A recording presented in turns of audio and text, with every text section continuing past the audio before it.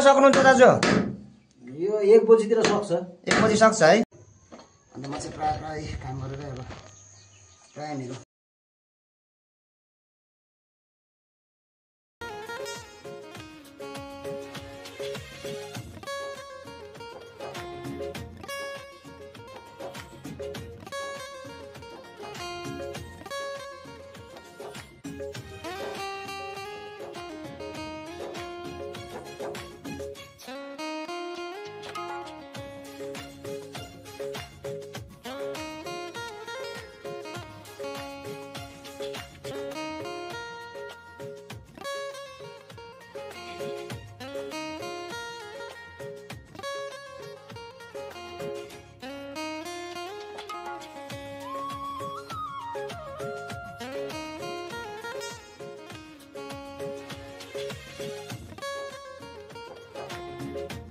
Hello guys, good morning, नमस्ते and welcome to back my channel Anand Rai. र साथीहरू, आज पनि म सदा चाहिँ मेरो काम गर्ने ठाउँमा आइसकेको छु। यो डाँडा काँडा देखाइरहेको छु र मैले काम गर्ने ठाउँको स्ल्याबमाथि म आइसकेको छु। आज पनि मेरो भ्लग बन्छ साइडको नै।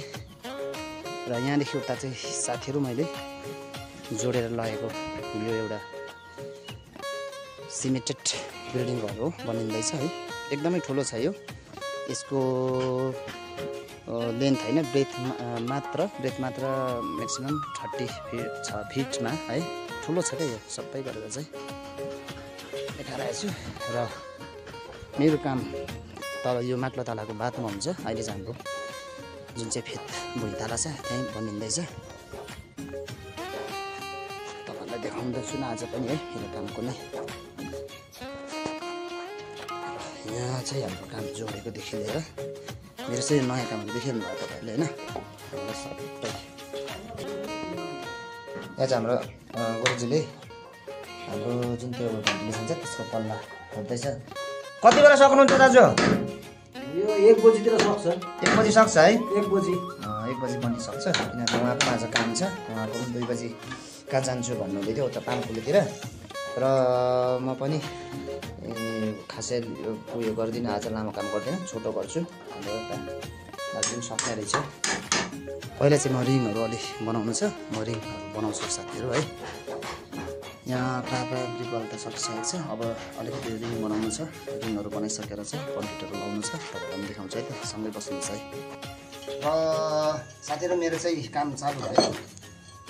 यो चाहिँ इँटा जोडेको जुन वासरुम छ नि, त्यहाँ वासरुममा चाहिँ तपाईँहरूलाई पहिलो भन्दाखेरि चाहिँ त्यहाँनिर चाहिँ ब्रिकवाल सिधै नभएर मैले पिलरहरू बनाएको छु। अहिले चाहिँ म रिङ बनाउँदैछु। यो टेबल राम्रो छैन, अनि यो एटेलको चाहिँ अलिकति साह्रो हुन्छ है।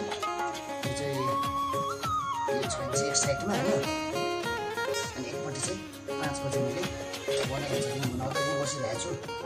अब मौसम यस्तो छ साथीहरू, तर काम सँगसँगै उयो पनि हुन्छ, दिन पनि बित्छ होइन। प्रायः गल्छ है, ज्यादा पर्दैन मलाई। यस्तो यस्तो बनायो भने बनिन्छ। साइड भ्लग देखाउने तपाईँलाई होइन, यस्तै हुन्छ काम चाहिँ। साइडको चाहिँ छोटो भइसक्यो काम चाहिँ। केही छैन, बिहान गरिदिउँ हल्का।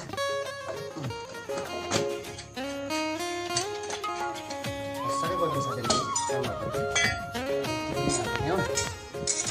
कास्ट बनाउँछु।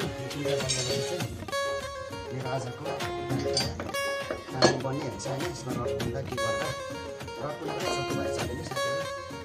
अनि तपाईँको दिन कस्तो बित्दैछ आफ्नो तपाईँलाई देखाइदिएछु मैले। अलिकति काम चाहिँ अब मैला मैला हुन्छ हाम्रो होइन।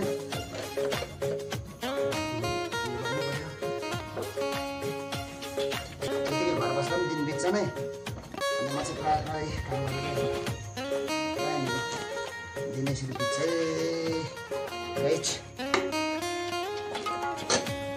अब यस्तो काम गर्दाखेरि हातको औँला कस्तो सफा छ होइन साथीहरू। रडसँग सिमेन्टसँग गर्नुपर्छ।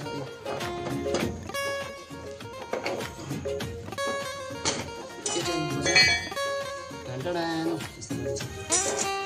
अहिले त उल्टा गरेर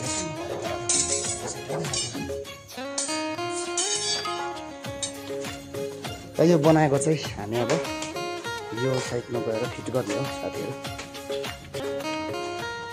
यो मैले यहाँ राख्ने गरेको छु नि, यहाँनिर बनाउने हो अलिकति। अहिले यो पोजमा छ, यहाँ एउटामा सानो पिलर, यो माथि बिममा एट्याच गरेर चाहिँ यहाँनिर ब्रिक वाल गर्ने हो। किनभने यसको लेन्थ लामो छ अनि ब्रिक वाललाई सपोर्ट बन्छ पिलर हालिदिएपछि।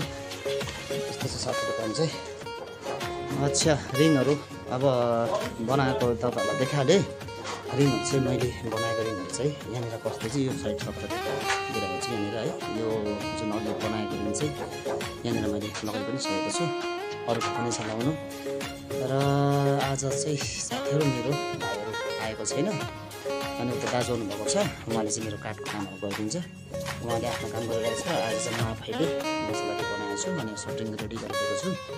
यहाँनिर मसला हालेर यसलाई आज म पेक गरिरहेको छु। यो चाहिँ अगाडि हालिराखेको है, मेन जोइन भइसकेको छ हाम्रो।